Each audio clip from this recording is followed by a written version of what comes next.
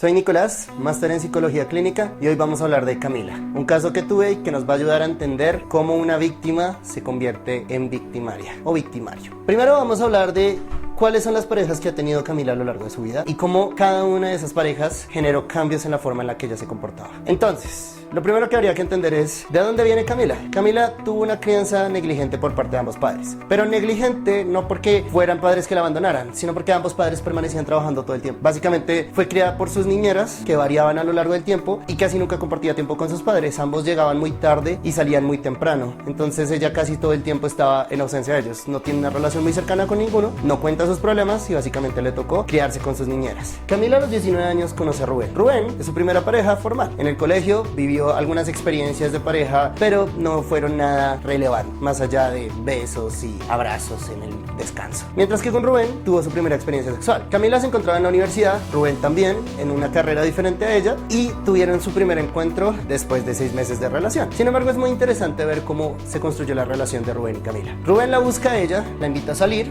a ella le parece una buena idea, acepta salir con él. Al principio él se comporta de manera maravillosa. La invita, la trata muy bien, le da muchos regalos, comparte mucho tiempo con ella y siempre está para apoyarla en todos sus proyectos. Eso fue los primeros 3 meses. Los siguientes 3 empezó a presionarla con el tema sexual. Ya somos pareja, quiero tener relaciones contigo, insistiendo en eso. Ella no sabía cómo tomarlo, era su primera pareja y en ese momento suponía que era algo necesario, que era algo que tenía que hacer, como una responsabilidad. Entonces accede. A los 6 meses que ella accede a tener sexo con él, cambia totalmente la relación. Ese hombre que se había presentado como muy agradable, como muy de apoyo, como muy de soporte emocional, también como muy de estoy para cuidarte, empieza a convertirse en un hombre totalmente distinto, en un hombre que empieza a realizar esto. Aunque hay que aclarar una cosa, Rubén no fue tan malo como el siguiente. Sin embargo, empecemos por esto. Rubén empezó con apego evitativo, ya consiguió sexo, entonces ¿qué fue lo que hizo? Empezó a distanciarse, ya no le importaba contestar los mensajes, ya no le importaba salir con ella, y cuando salían necesariamente era solo para tener relaciones. Si no iban a tener relaciones, básicamente no salía con ella. Ella en ese momento, al haber sido su primera pareja sexual, al haber ya desarrollado unos lazos emocionales importantes por ese love bombing que le hizo al principio, esa manipulación emocional de darle muchos regalos, muchas cosas, mucho afecto, la hizo sentirse demasiado apegada. Desarrolló dependencia emocional, sobre todo porque no tenía vínculos con sus padres, entonces era fácil apegarse a un hombre que le ofrecía afecto. Desde ese punto de vista, lo que sucedió es que al tener ese apego evitativo, Rubén empezó a generarle lo que en psicología conductual se llama refuerzo de intervalo variable. Básicamente lo que hizo fue darle el afecto que ella buscaba solamente cuando ella hacía lo que él quería, y no se lo daba siempre, sino lo hacía de manera casi que aleatoria, a veces sí, a veces no, y eso la obligaba a ella a estar muy dispuesta a hacer lo que él quisiera para recuperar ese afecto. Y para Camila, en su forma de ver las cosas, era como si me esfuerzo lo suficiente, él va a volver a ser la persona que él era al principio, cosa que no tiene sentido, y eso ya lo hemos hablado en anteriores videos con respecto al tema del valor. Ahora, ¿qué pasa después? Luego de esto viene todo el tema de violencia verbal y psicológica. Él empezó a hacer comentarios como usted es un fastidio, deje de insistirme, no me joda, o cosas como decirle usted ya no hace ejercicio, usted debería hacer más ejercicio, usted está flácida, no tiene una buena cola, cosas de ese estilo, lo cual la lastimaba profundamente. Empezó a tergiversar los hechos. Cuando ella le decía usted me está haciendo daño, él le decía usted está exagerando, usted se está victimizando, usted está manipulándome. O sea, la atacaba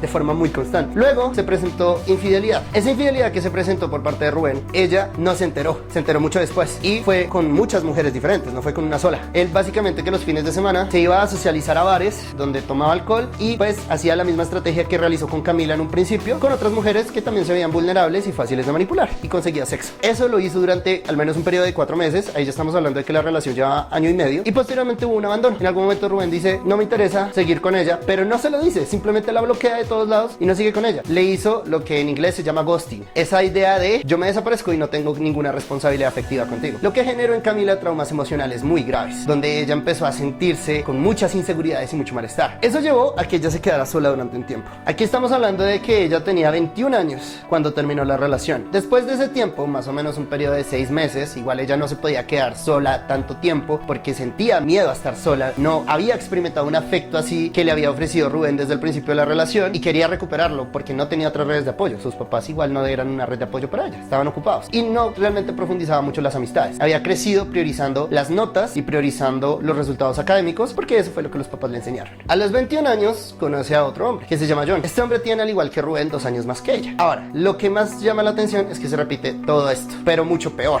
John le hace un love bombing muy descarado. Desde el principio le dice promesas absurdamente complejas, como de que la va a llevar a Europa, van a vivir juntos, van a comprar una casa, van a tener una familia. Le llenó el oído de promesas que nunca va a cumplir. Empezó con la violencia verbal y psicológica muy rápido. Ella no sabía cuándo poner un freno, porque con lo que había pasado con Rubén, tenía miedo de que de pronto lo que iba a suceder es que si ella ponía límites, le iban a abandonar de nuevo. Y ella no quería eso. Entonces accedía muy rápido a todo lo que hizo John, producto de los traumas que le había dejado Rubén. Y eso llevó a que John simplemente la diera por sentada desde el principio y empezó a maltratarla desde el principio, lo que generó en ella traumas más graves. John se metía mucho con su cuerpo también. Le hacía comentarios como: necesitas ir al gimnasio, no porque ella tuviera un problema de salud, no porque ella se viera físicamente mal, simplemente porque John quería que ella se viera como las mujeres que le gustaban a él, y ella no se veía así, entonces necesitaba que hiciera cierto tipo de cosas. Entonces hacía comentarios pasivo-agresivos: te ves gorda, te ves fea, te falta el ejercicio, cosas de ese estilo que eventualmente la lastimaron mucho, y al mismo tiempo la compraba todo el tiempo con muchas mujeres. O sea, básicamente iban por la calle y inmediatamente él decía: mira, esa mujer es más atractiva que tú, lo cual le hizo mucho daño a Camila. Luego de eso empezó la tergiversación de los hechos, exactamente igual, pero ya esto era muy descarado. O sea, literalmente él tenía relaciones sexuales con exparejas de él en su casa, con Camila en la casa. ¿Cómo pasaba eso? Bueno, era muy interesante. Camila y John llegaban a su casa donde estaba su expareja. Camila le reclamaba a John: ¿por qué está tu expareja aquí? John le decía: porque es una amiga, nosotros ya no somos nada, es una amiga. Entonces Camila tenía que ponerse a hacer trabajos de la universidad. Entonces John le decía: listo, encérrate en ese cuarto, haz tus trabajos. ¿Por qué Camila no lo hacía en su casa? Porque tenía una dependencia emocional hacia John, prefería estar con él. Entonces, mientras Camila hacía los trabajos de la universidad, John estaba con su expareja en un cuarto, solos, en otro piso de la casa, porque era una casa grande, era un inquilinato de más o menos 3-4 pisos. Cuando Camila le preguntaba por qué se iba con ella, John decía: pues para dejarte estudiar, para que puedas estudiar, tengas tu tiempo. Pero muchas veces Camila encontró condones usados. John decía: eso no es mío, eso lo usaron otras personas, aunque no había otras personas. Entonces Camila lo que hizo fue simplemente ignorarlo, porque tenía miedo de perderlo a él. Entonces lo que hizo fue permitirlo durante mucho tiempo, y básicamente era una tergiversación absurda. O sea, literalmente ella podía escuchar cómo tenían relaciones sexuales y aún así no podía confrontarlo, porque él siempre la atacaba: ya eres tú una celosa, estás con tu cuento, te estás inventando vainas que no son. O sea, terrible, ya una situación deplorable. Eso continuó alrededor de un año, o sea, un año en esa dinámica, donde le eran infiel en su cara y era atacada constantemente. John obviamente tenía un apego evitativo. Cada vez que ella decía: estoy cansada, él decía: pues terminemos y váyase y no me importa, como esa actitud prepotente de: usted no me importa, entonces si se quiere ir, váyase, me da igual, lo cual le generaba a ella muchas inseguridades, porque le hacía sentir que ella no valía nada. Si sus dos parejas anteriores le dicen lo mismo, de que ella no vale nada y de que se puede ir, que no importa nada, pues ella empieza a sentir que de verdad no vale nada, que es fea, que nadie la va a querer. Esa relación termina a los 22 años de ella. O sea, dura un año, ella no se aguanta más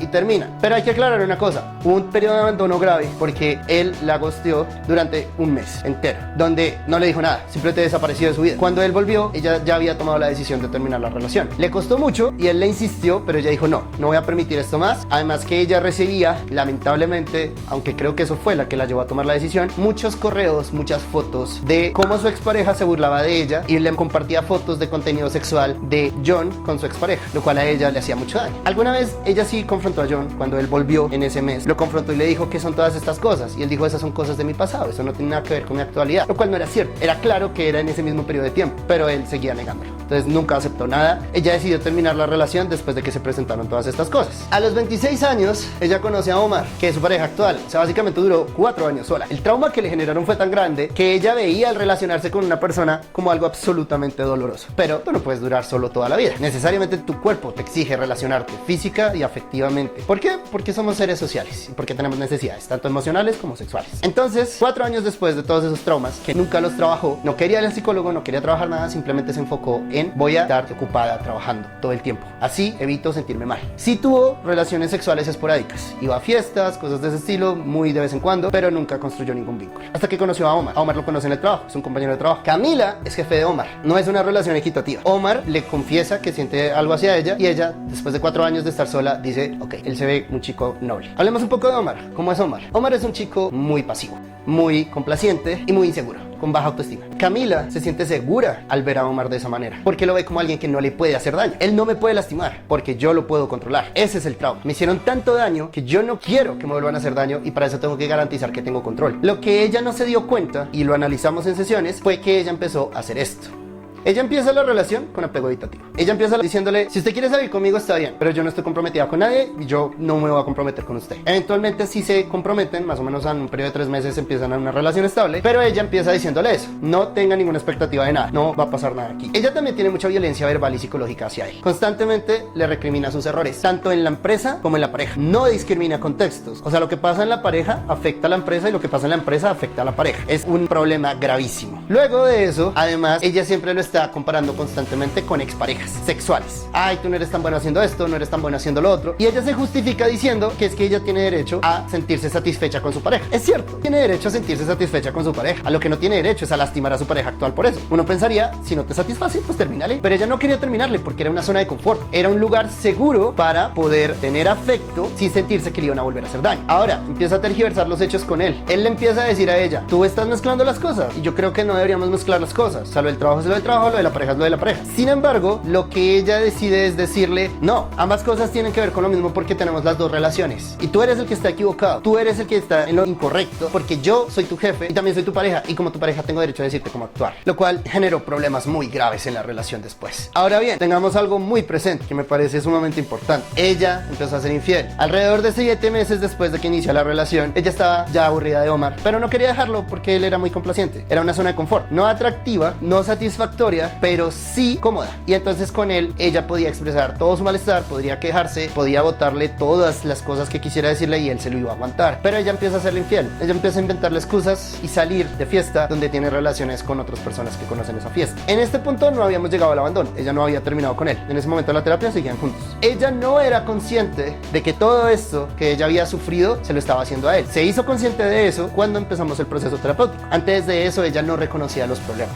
¿Por qué pasó esto? Entonces vamos a hablar de traumas, negación y evitación del dolor. Empecemos con los traumas. ¿Qué son los traumas? Heridas no resueltas. Heridas que se generan debido a experiencias negativas como las que vivió Camila con sus exparejas, donde yo no hago absolutamente nada con ellas. Simplemente las dejo ahí. Las dejo estar, pero esas heridas, aunque yo no vea que me estén haciendo daño, me lo están haciendo. Me están generando un gran daño emocional que tergiversa la forma en la que yo veo la realidad y también condiciona la forma en la que yo tomo decisiones. Eso es un trauma. Una herida que no veo, pero que me controla sin que yo sea consciente de ello. ¿Por qué? Porque normalizo el malestar. O sea, lo que hago es simplemente no reconocer que me siento mal, sino que me acostumbro a sentirme mal. Similar a tener el mismo estado de ánimo todos los días. Llega un punto donde yo siento que sentirme de esa manera es normal, pero es normal para mí porque todos los días lo estoy sintiendo, no porque sea algo bueno, no porque sea algo común, es porque simplemente no quiero verlo. Y ahí es donde viene la negación, que básicamente lo que genera es falta de conocimiento sobre el evento. Yo no me doy cuenta cómo ese trauma está haciéndome daño. Es algo que no es evidente a plena vista, pero me afecta considerablemente, me hace mucho daño. Entonces, la falta de conocimiento me lleva a desconocer los hechos. ¿Qué es lo que sucede? Yo no soy consciente de cómo mis traumas me están afectando. Entonces, ¿qué pasaba con Camila? Camila no era consciente de cómo las exparejas que tuvo le hicieron tanto daño y cómo ese daño estaba tergiversando su toma de decisión. Por eso, no reconocía el daño que le estaba haciendo a Omar, el daño que le estaba generando en la interacción, el hecho de que estaba repitiendo el mismo daño que le hicieron a ella. Y todo esto se produce porque ella evitó el dolor. Todo esto nacía de que ella, cuando fue tan lastimada, se enfocó en el placer a corto plazo. Entonces voy a rumbear, voy a tener sexo con cualquier persona,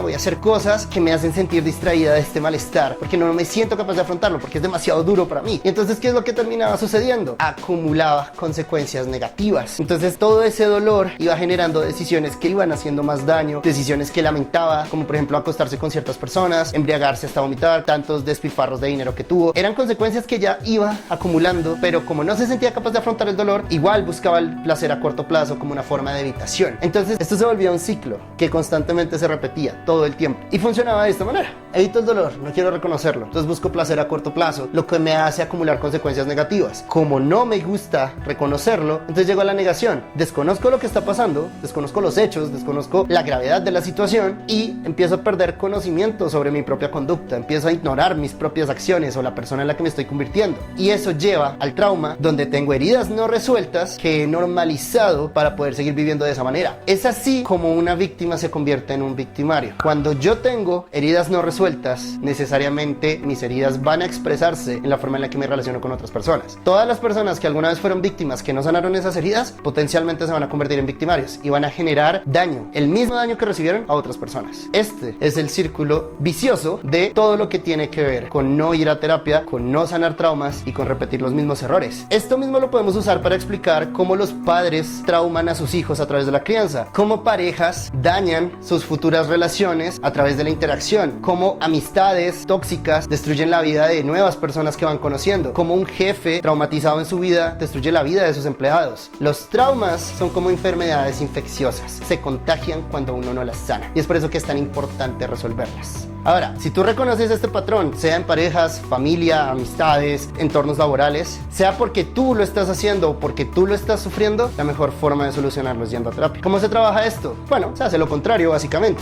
Reconocemos cómo estás acumulando consecuencias negativas. Reconocemos cómo estás tomando decisiones a corto plazo que no te benefician, sino que incrementan el problema a largo plazo. Empezamos a conocer cómo fue tu vida, cuáles experiencias tuviste y cómo esas experiencias generaron hechos que actualmente te marcan. Y reconocemos quién eres tú y cómo estás viviendo a partir de eso. Después de eso, se empiezan a trabajar herramientas específicas: regulación emocional, reestructuración cognitiva, resignificación de eventos narrativos, aceptación y compromiso, como terapia grande. Hay muchas cosas que se pueden hacer, pero eso nos lleva a resolver estas heridas, sanarlas. Dejo de normalizar el malestar, empiezo a trabajar en él, sano por completo. Y eso me lleva a hacer lo contrario. En vez de repetir los errores que sufrí, empiezo a sanar a mi entorno. Cuando yo estoy sano, sano a mi entorno. Cuando yo estoy lleno de heridas, produzco esas heridas en mi entorno. Importante que tengamos eso presente. Ahora bien, hay una herida muy específica que mucha gente le preocupa alguna vez experimentar en su vida o seguir repitiendo, y es la infidelidad. En el siguiente video vamos a hablar de por qué las personas son infieles y cómo poder reconocer cuando alguien lo está haciendo y está tratando de ocultarlo.